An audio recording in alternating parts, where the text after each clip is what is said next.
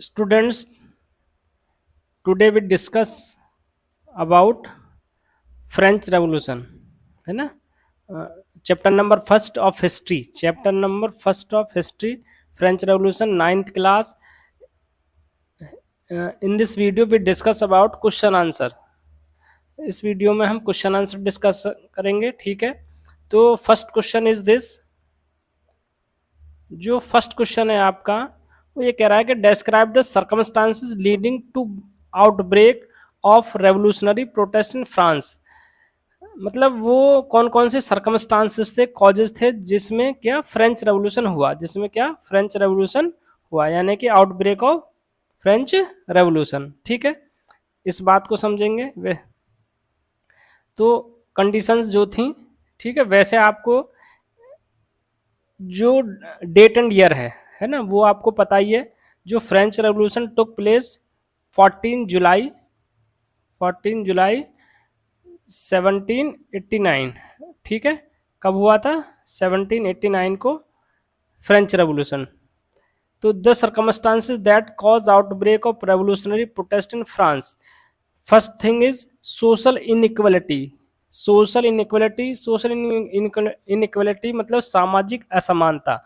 उसमें क्या था? French society in 18th century was divided into 3 state. जो फ्रेंच सोसाइटी थी उस समय 3 स्टेट में बटी हुई थी. फर्स्ट स्टेट में थे क्लर्जी. कौन थे? क्लर्जी. मतलब ये कौन थे? पादरी. जैसे हिंदू टेम्पल्स में संत होते हैं, है ना, वैसे क्रिश्चियंस के, जो क्रिश्चियंस के टेम्पल्स होते हैं एक तरह से, उसमें कौन होते हैं? क्लर्जी. ठीक है. और सेकंड स्टेट में थे नोबिलिटी. कौन थे? Nobility. Nobility have privileges. Nobility के जो नोबिलिटी थे, यानी कि as a rich person of France, उनको क्या कहा जा रहा है? Nobility. Clergy and nobility have privileges. उनके पास क्या थे? प्रिविलेजेस थे. और थर्ड स्टेट, ठीक है, थर्ड स्टेट में कौन आ रहे हैं? पीजेंट्स, ऑफिशियल्स और स्मॉल बिजनेसमैन. एक बार और समझिए. जो फ्रेंच सोसाइटी है डिवाइडेड इनटू 3 स्टेट, यानी कि 3 पार्ट्स में डिवाइडेड है, जिनको क्या कहा जा रहा है? स्टेट. तो पहले में क्या है? Clergy, nobility. और थर्ड स्टेट में कौन है? Peasant, officers, small businessman. और भी थे, लॉयर्स थे, है ना, लॉयर्स थे, पीजेंट्स, स्मॉल पीजेंट्स थे, आर्टिजन्स थे. ये भी लोग किस में आते थे? थर्ड स्टेट में. ठीक. और इसमें से क्वेश्चन पूछ लिया जाता है आपसे कि क्लर्जी में फर्स्ट स्टेट में कौन थे, सेकंड स्टेट में कौन थे, थर्ड स्टेट में कौन थे. ये याद आपको रखना है. It was only third state only pay taxes. सबसे बड़ी जो प्रॉब्लम थी वो क्या थी? जो clergy and nobility have privileges and third state have no privileges. मतलब प्रिविलेजेस क्या? उनको विले राइट्स ही नहीं थे, ना सोशल राइट्स थे, ना इकोनॉमिक राइट्स थे. और सारा जो टैक्स पे करते थे वो कौन करते थे? थर्ड स्टेट वाले लोग. और दे हैव सम प्रॉपर्टीज. उनके पास कम प्रॉपर्टी थी, लेकिन फिर भी वो टैक्स पे करते थे. और clergy and nobility were exempt from taxes. मतलब नोबिलिटी और जो क्लर्जी थे वो टैक्स को पे नहीं करते थे. एक तो प्रॉब्लम ये थी. और और क्या प्रॉब्लम क्रिएट हुई उस समय? Subsistence crisis. क्या हुई? Subsistence crisis. ठीक है. अब ये जो सबसिस्टेंस क्राइसिस है, होता क्या है? सबसिस्टेंस क्राइसिस होता क्या है ये समझिए 1 मिनट में. तो सबसिस्टेंस क्राइसिस होता है an extreme situation where the basic means of livelihood are endangered. मतलब एक तरह से आपको जीवन के लिए जो चीज़ें चाहिए, जीवन के लिए क्या चीज़ें चाहिए? एक तो फूड चाहिए, क्लोथ चाहिए, और क्या चाहिए? एक तरह से हाउस. क्या चाहिए? होम. ठीक, यानी कि रोटी, कपड़ा और मकान. जब ये ही चीज़ें ना मिल जाए, ना मिलाएं, इंडेंजर्ड हो जाए, यानी कि ये ना मिल पाए, तो उस सिचुएशन को हम क्या बोलते हैं? Subsistence crisis. यानी कि जीना मुश्किल हो जाए, एक तरह से क्या? जीना मुश्किल हो जाए. इसका रीज़न क्या था? कि जो पॉपुलेशन ऑफ फ्रांस है इंक्रीज 23 मिलियन इन, मतलब जो फ्रांस की पॉपुलेशन थी 1715 में कितनी थी? 23 मिलियन, कितनी थी 23 मिलियन, और वही 1789 में कितनी हो गई 28 मिलियन, यानी कि कितनी बढ़ गई 5 मिलियन, कितनी बढ़ गई 5 मिलियन। तो इससे अगर पॉपुलेशन बढ़ेगी तो फूड डिमांड भी बढ़ेगी, तो food grains were now in great demand. तो पॉपुलेशन बढ़ गई तो इससे क्या हुआ, फूड ग्रेन्स की डिमांड बढ़ी, भाई पेट भरने के लिए क्या चाहिए, फूड चाहिए, इसलिए डिमांड बढ़ी। Price of bread shot up, price of bread shot up, जो प्राइसेस ऑफ ब्रेड थे वो बढ़ गए, प्राइसेस ऑफ ब्रेड क्या थे वो बढ़ गए। Wages did not keep pace with the rising prices, मतलब जो वेजेस थे, वेजेस मतलब मजदूरी, वेजेस क्या होता है, मतलब जो काम के बदले में हमें पैसा मिलता है उसको हम क्या बोलते हैं, वेजेस, एक तरह से क्या, मजदूरी, ठीक है। तो जो वेजेस थे वो उस रेशियो में नहीं बढ़ रहे थे जैसे प्राइसेस बढ़ रहे थे, जैसे इन्फ्लेशन यानी कि महंगाई बढ़ रही थी उसके हिसाब से वेजेस नहीं बढ़ रहे थे। इससे क्या हुआ, this led to subsistence crisis, तो इससे लोगों के मन में एक तरह से असंतोष जागृत हुआ, ठीक, ये प्रॉब्लम रही। नेक्स्ट क्या है, इकोनॉमिक प्रॉब्लम्स, क्या है economic problems. Long year of war drained the financial resource of France, मतलब बहुत लंबे समय तक वो क्या रहा था, वॉर में रहा था, जिससे फ्रांस के जो रिसोर्सेस थे उन पर फाइनेंशियल प्रेशर पड़ा क्योंकि उस वॉर में रहा था। और दूसरा, एक फ्रांस ने अमेरिकन कॉलोनी, अमेरिका की हेल्प की थी, है ना, उसकी जो 13 कॉलोनीज थे उनको फ्री कराने में, ठीक, तो इससे एक्सपेंस बढ़ गया था उसका, और जो उसका फाइनेंशियल था उस पर क्या बढ़ा, एक तरह से प्रेशर बढ़ा, दबाव बढ़ा।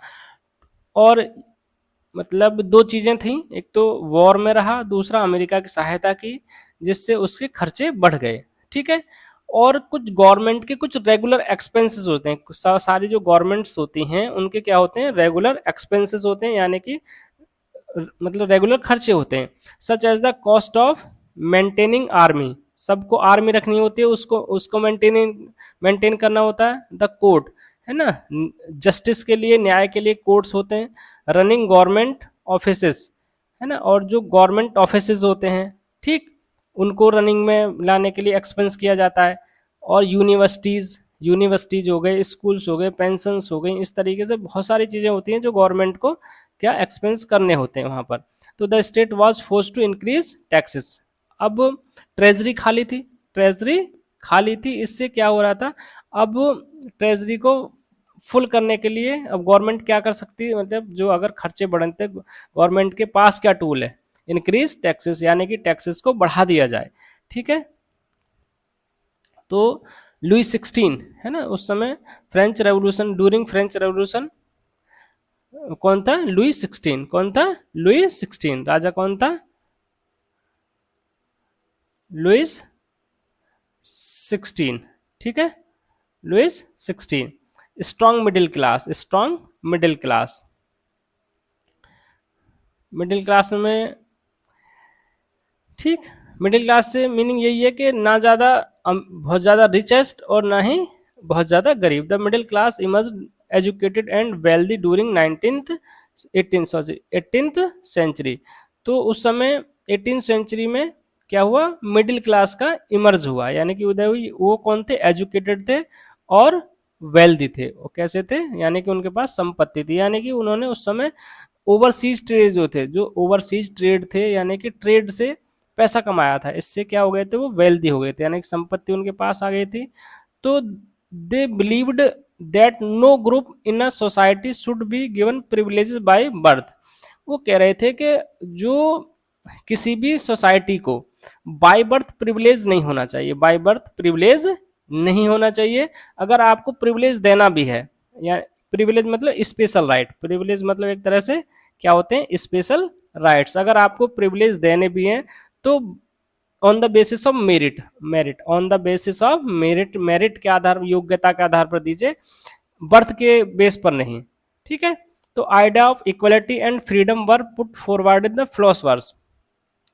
उसी समय बहुत सारे फिलोसफर्स, मतलब तीन मेनली फिलोसफर हुए, एक तो जॉन लॉक, रूसो और मॉन्टेस्क्यू। कौन, जॉन लॉक, मॉन्टेस्क्यू और रूसो, इन्होंने अपनी अपनी फिलॉसफी दी, यानी कि अपने अपने आइडियाज दिए, और उन्होंने इक्वलिटी और फ्रीडम को क्या किया, बढ़ावा दिया एक तरह से, है ना, कि भाई सबको क्या मिलना चाहिए, इक्वलिटी हो, और सबको क्या होना चाहिए, फ्रीडम हो। तो जो जॉन लॉक थे उन्होंने एक बुक लिखी थी, two treatises of government, two treatises of government, ठीक है। उसमें अपनी फिलॉसफी बताई उन्होंने। मॉन्टेस्क्यू, मॉन्टेस्क्यू ने और मॉन्टेस्क्यू ने ये बुक लिखी थी, अभी याद नहीं आ रही मुझे, तो वो, और जो रूसो थे उन्होंने लिखी थी सोशल कॉन्ट्रैक्ट। उन्होंने कौन सी लिखी थी, सोशल कॉन्ट्रैक्ट, ठीक है। हाँ, मॉन्टेस्क्यू ने लिखी थी the spirit of laws, the spirit of laws. तो द स्पिरिट ऑफ लॉज में मॉन्टेस्क्यू बताते हैं कि एब्सोल्यूट पावर किसी के पास नहीं होनी चाहिए, एब्सोल्यूट पावर किसी के पास नहीं होनी चाहिए, ठीक है, ये था। तो जो ये आइडिया थे उनका सैलून्स और कॉफी हाउसेस में बैठकर डिस्कशन किया जाता था, ठीक है, कि भाई इस तरीके से है, तो वहां पर डिस्कशन चल रहा था। इमीडिएट कॉज क्या है, on 5 May 1789 Louis 16 called together an assembly और स्टेट जनरल। मतलब जो लुइस 16 ने क्या किया, असेंबली या स्टेट जनरल की क्या बुलाई, मीटिंग। स्टेट जनरल क्या थी, state general was a political body, state general was a political body, एक पॉलिटिकल बॉडी थी, है ना, और which the 3 state sent their representatives, जिसमें तीनों स्टेट के लोग अपने रिप्रेजेंटेटिव्स को भेजते थे, ठीक। तो उन्होंने एक प्रपोजल पास किया, किसके लिए, न्यू टैक्स के लिए। The 3rd state protested against the proposal but as each state have 1 vote the king rejected this proposal. अभी तक जो क्या था, एक तरह से प्रोविजन था कि फर्स्ट स्टेट का एक वोट, सेकंड स्टेट का एक वोट और थर्ड स्टेट का एक वोट, ठीक है। लेकिन अभी थर्ड स्टेट ने डिमांड की कि 1 पर्सन 1 वोट 1 वैल्यू, इस तरीके से होना चाहिए, 1 पर्सन 1 वोट 1 वैल्यू। लेकिन क्या किया, जो लुइस 16 था इस प्रपोजल को रिजेक्ट कर दिया। तो अब जो थर्ड स्टेट थी they walk out of the assembly, और वो वॉक आउट कर गए असेंबली से, और उन्होंने वो टेनिस कोर्ट में जाके गैदर हुए, और वहां पर उन्होंने they declared himself to National Assembly, ठीक है। ये क्वेश्चन आपको समझ आ गया होगा, ठीक है। Second question is, which group of French society benefited from the revolution, which group were forced to relinquish power, which sections of society would have been disappointed with the outcomes of the revolution। मतलब French society से कौन सा section benefit, कौन से section को benefit हुआ, और किस ग्रुप को रेलिंक्विश, मतलब एक तरह से क्या करना, छोड़ना, है ना। रेलिंक्विश क्या होता है, मतलब एक तरह से दबाव डाला गया अपनी शक्तियों को छोड़ने के लिए, तो किस पर डाला गया, और कौन सी सोसाइटी डिसअपॉइंटेड हुई, यानी कि निराश हुई, जो आउटकम्स थे रेवोल्यूशन के, ठीक है। ये क्वेश्चन ये कह रहा है, तो समझ लेते हैं। The richer members of third state, the richer member of third state वो कौन थे, middle class, benefited the most from the French revolution. ज़्यादा जो फायदा हुआ वो किसको हुआ, थर्ड स्टेट में जो मिडिल क्लास थी, ठीक है। Clergy and nobility were force to relinquish power, जो क्लर्जी एंड नोबिलिटी थे, यानी कि फर्स्ट स्टेट और सेकंड स्टेट के जो लोग थे उनको अपनी पावर को छोड़ने के लिए फोर्स किया गया कि अपनी पावर आप छोड़ दें, ठीक। The poorest section of society and women would have been disappointed with the outcomes of the revolution, मतलब रेवोल्यूशन के बाद जो उसके आउटकम्स थे, जो परिणाम थे, तो जो पुअर सेक्शन था, यानी कि जो गरीब लोग थे वो निराश हुए, डिसअपॉइंटेड हुए, है ना। वो डिसअपॉइंटेड हुए क्यों, प्रोमिसेस ऑफ इक्वलिटी, क्या प्रॉमिस किए गए थे रेवोल्यूशन के, ड्यूरिंग रेवोल्यूशन, कि सबको क्या होगी, equality and freedom, equality and freedom. तो लेकिन जो ये प्रोमिसेस थे वो फुलफिल नहीं किए गए, full measures at the end of revolution, ठीक है। जब रेवोल्यूशन खत्म हो गया तो उस समय ये प्रोमिसेस जो किए गए थे उस समय फुलफिल नहीं किए गए, ठीक है, समझ आ गया होगा। अब देखते हैं third question is, describe the legacy, है ना। लेजेसी क्या होता है, विरासत। लेजेसी क्या होता है, एक तरह से विरासत, मतलब जो चीजें हमें, जो हमारे पूर्वजों की थी और हमें एक तरह से गिफ्ट में मिली हैं, उसको क्या बोलते हैं हमें, विरासत।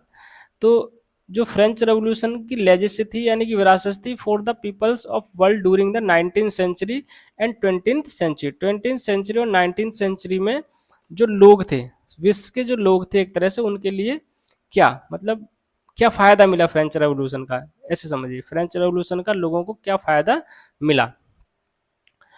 तो एक तो the idea of liberty, the idea of liberty and democratic rights, मतलब सबसे पहले liberty, freedom, liberty and fraternity के जो आइडियाज थे वो कहाँ से आए, फ्रेंच रेवोल्यूशन से। लिबर्टी, फ्रीडम और फर्टेनिटी, है ना, स्वतंत्रता, भाईचारा और ठीक, और जो डेमोक्रेटिक राइट्स है, most important legacy of French revolution, याद रखना है आपको। जो लिबर्टी और डेमोक्रेटिक राइट्स हैं, जो सबसे बड़ी जो लेजेसी है यानी कि विरासत है फ्रेंच रेवोल्यूशन की, वो यही है, liberty and democratic rights. Liberty and democratic rights this spread from France to rest of Europe during the 19th century. तो उस समय 18th सेंचुरी में तो फ्रेंच रेवोल्यूशन हुआ था, तो 19th सेंचुरी में ये जो आइडियाज थे वो कहाँ पर फैले, यूरोप में। कहाँ पर फैले, यूरोप में। Where federal system were abolished. Federal federal system मतलब as a landlord. Federal system क्या होता है, लैंडलॉर्ड, जैसे इंडिया में लैंडलॉर्ड होते हैं, ठीक है, उसको क्या कर दिया गया, एबोलिश कर दिया गया, समाप्त किया। इन inspired of Germans, Italians and Austrians to overthrow the oppressive regime. इससे क्या हुआ, जर्मनी, इटालियन और ऑस्ट्रेलियंस भी क्या हुए, जो ऑपरेसिव रिजीम, रिजीम होता है शासन, रिजीम क्या होता है, शासन, तो उसके खिलाफ खड़े हो गए। The French revolution inspired struggling Nations of Asia and Africa, मतलब जो फ्रेंच रेवोल्यूशन था एशिया और अफ्रीका में जो स्ट्रगलिंग कंट्रीज थे, लाइक इंडिया, है ना, इंडिया भी उनमें से एक था, तो उनको क्या किया, एक तरह से groaning under the operation of European colonies, मतलब जो एक तरह से जैसे इंडिया कॉलोनी था ब्रिटिशर्स की, तो ब्रिटिशर्स किसके साथ बहुत ज़्यादा अत्याचारपूर्ण करते थे, इंडिया के साथ में। तो एक तरह से जो एशिया और अफ्रीका के स्ट्रंग कंट्रीज थे वो यूरोपियन कॉलोनियलिज्म के खिलाफ खड़े हो गए। इससे ये सबसे बड़ा लेजेसी थी रेवोल्यूशन ऑफ फ्रांस, ठीक है। टीपू सुल्तान एंड राजा राम मोहन रॉय, ठीक है, टीपू सुल्तान ये आज का जो कर्नाटका है वहाँ के ये रूलर रहे थे, और Raja Ram Mohan Roy was a socialist, कौन थे, सोशल रिफॉर्मर, कौन थे, social reformer. Are two examples of individuals who responded to ideas coming from French revolution, मतलब एक तरह से जो फ्रेंच रेवोल्यूशन के आइडियाज थे उन्होंने टीपू सुल्तान और राजा राम मोहन राय ने कहाँ पर इम्प्लीमेंट किया, इंडिया में, ठीक है। तो ये समझ आ गया होगा आपके। अब ये क्वेश्चन कई बार पूछा गया है कि draw the list of democratic rights we enjoy today whose origin could be traced the French revolution. वो कौन कौन से राइट्स हैं जो फ्रेंच रेवोल्यूशन के समय टेस्ट हुए यानी कि इमर्ज हुए, और आज हम उनका क्या कर रहे हैं, उपयोग कर रहे हैं, उनका क्या कर रहे हैं, हम उपयोग कर रहे हैं, वो हमें दिए गए हैं, वो हमें दिए गए हैं, ठीक है। तो we can trace the origin of following democratic rights we enjoy today, जिनका हम आज इंजॉय कर रहे हैं ऑफ द फ्रेंच रेवोल्यूशन। एक तो क्या है, राइट टू इक्वलिटी, ठीक, समानता का अधिकार, किसका अधिकार है, हमें समानता का अधिकार। जो फंडामेंटल राइट्स हैं उसी में हमारा पहला जो फर्स्ट राइट है वो क्या है, राइट टू इक्वलिटी, और राइट टू इक्वलिटी के अंदर चार आते हैं, ठीक है, ये आप याद रखना है। राइट टू फ्रीडम, ठीक है, हमारा जो सेकंड राइट है स्वतंत्रता का अधिकार, ठीक है, और right of speech of expression, किसका, हमें कुछ भी मतलब बोलने का, अपनी बात रखने का और उसको व्यक्त करने का अधिकार है, ठीक। राइट टू फॉर्म एसोसिएशन, हमें संघ बनाने की स्वतंत्रता है, मतलब सिटीजन्स को संघ बनाने की स्वतंत्रता है, ठीक। Right to justice and security, हमें किसकी, हमें न्याय का और सुरक्षा का क्या है, अधिकार है। ठीक है। फिफ्थ क्वेश्चन बहुत ज़्यादा इंपॉर्टेंट नहीं है। ठीक है, ये कई बार पूछा गया, how did you explain the rise of nationalism, जो नेपोलियन है उसका राइज कैसे हुआ, यानी कि वो कैसे उदय हुआ। ठीक है, ये कई बार क्वेश्चन पूछा गया है, इसे डिस्कस कर लेते हैं। ठीक है, after France become a Republic, 1792 में जो फ्रांस है वो क्या बन गया, रिपब्लिक। मतलब ऐसे समझिए, पहले मोनार्की सिस्टम था, है ना, पहले क्या है, मोनार्की सिस्टम। ठीक है, मोनार्की सिस्टम के बाद फ्रांस बना कॉन्स्टिट्यूशनल मोनार्की, है ना, कॉन्स्टिट्यूशनल रिपब्लिक बना, है ना, कॉन्स्टिट्यूशनल रिपब्लिक। ठीक, अब पहले कॉन्स्टिट्यूशनल मोनार्की मान लीजिए, है ना, कॉन्स्टिट्यूशनल मोनार्की बना, फिर बना रिपब्लिक, फिर क्या बना, रिपब्लिक, इस तरीके से। तो 1792 में क्या बन गया, फ्रांस रिपब्लिक। तो द रूलर रॉबर्सपियरे, कौन था रूलर, रॉबर्सपियरे। इस समय रूल कौन कर रहा है, रॉबर्सपियरे, यानी कि लुई 16 की डेथ के बाद, लुई 16 की, आफ्टर लुई 16 डेथ, जो रॉबर्सपियर है, रॉबर्सपियर वॉज ए पर्सन, एक व्यक्ति था, लीडर था, तो वो एक तरह से वहां का रूलर बन गया। ठीक, gave more privileges to wealthier section of society, उसने क्या किया, जो वेल्दर सेक्शन, जो अमीर लोग थे उनको बहुत ज़्यादा प्रिविलेजेस दे दिए, उनको बहुत ज़्यादा प्रिविलेज दे दिए। Further he was a sort of autocrat himself, और आगे चलकर वो खुद ही क्या बन गया, ऑटोक्रेट, यानी कि एक तरह से डिक्टेटर बन गया, है ना, क्या बन गया, डिक्टेटर बन गया। This led to reign of terror of the following many years, और उसका 1793 से 1794 का जो टाइम पीरियड है वो terror of reign, terror of reign यानी कि आतंक का शासन के नाम से जाना जाता है। इतना ज़्यादा चीज़ें मतलब बैलेंस नहीं रही। ठीक, following years after Robespierre rule came to end, तो बाद में रॉबर्सपियरे को भी क्या, ग्लूटिन पे चढ़ा दिया गया था, किस पे, ग्लूटिन वॉज ए मशीन, है ना, एक मशीन थी, उसको भी डेथ सुना दी गई थी, तो उसे उस पर लटका दिया गया था, और रॉबर्सपियरे का जो रूल था उसको एंड कर दिया गया।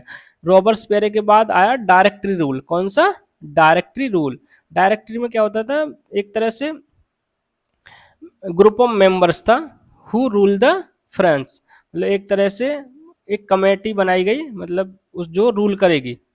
ठीक, directory was formed avoid concentration of power in one individual, directory बनाई गई और ये अवॉइड किया गया कि भाई जो पावर है वो एक व्यक्ति के हाथ में नहीं रहनी चाहिए, पावर एक व्यक्ति के हाथ में नहीं रहनी चाहिए, वो डिवाइडेड रहनी चाहिए। Members of the directory often fought among the themselves leading to the total chaos and political instability. ठीक है, चॉस होता है गड़बड़ी, क्या होता है, एक तरह से किसी भी चीज को लेकर गड़बड़ी। ठीक है, चॉस क्या होता है, गड़बड़ी या अफरा तफरी। तो जो डायरेक्टरी के मेंबर्स थे वो आपस में लड़ते रहते थे, है ना, किन्हीं न किन्हीं चीज़ों को वो आपस में लड़ते रहते थे, जिससे गड़ टोटल चीज़ें गड़बड़ हो गई, क्या हो गई, टोटल चीज़ें गड़बड़ हो गई, और जिससे क्या बना, पॉलिटिकल इंस्टेबिलिटी हो गई, पॉलिटिकल इंस्टेबिलिटी मतलब स्थिरता नहीं रही। ठीक है, कहाँ पर, फ्रांस में। This created a political vacuum in France, मतलब पहले रॉबर्सपियरे को फांसी देगी, डायरेक्टरी रूल हुआ, वो भी सही से रूल नहीं कर पा रहे हैं, तो इससे क्या हो गया, फ्रांस में पॉलिटिकल वैक्यूम क्रिएट हो गया, पॉलिटिकल वैक्यूम, मतलब कोई ऐसा लीडर नहीं है जो लीड कर सके, मतलब फ्रांस को चला सके। तो दिस वाज कॉन्ड्यूसिव, कॉन्ड्यूसिव होता है सहायक, मतलब किसी चीज में सहायता हो जाना, सिचुएशन, ये जो सारी सिचुएशंस थी इन्होंने सहायता की। And Napoleon Bonaparte took the reign of power as a military dictator, तो ये जो सारी सिचुएशंस थी उसकी सहायता जो की, इन सिचुएशंस ने किसकी सहायता की, नेपोलियन बोनापार्ट, किसकी, Napoleon Bonaparte. Napoleon Bonaparte was a person, एक व्यक्ति था, ठीक है, जो कहाँ का, फ्रांस का मिलिट्री डिक्टेटर बन गया था, बाद में मिलिट्री डिक्टेटर बन गया था। ठीक है, आ गई होगी आपके बात समझ में। कृपया करके चैनल को सब्सक्राइब करके जाइएगा। Thanks for watching. ओके, मैं जितेंद्र कुमार आशा करता हूँ कि आपको चीज़ें समझ आ रही होंगी। ठीक है, कृपया चैनल को सब्सक्राइब करके जाएं। Thank you.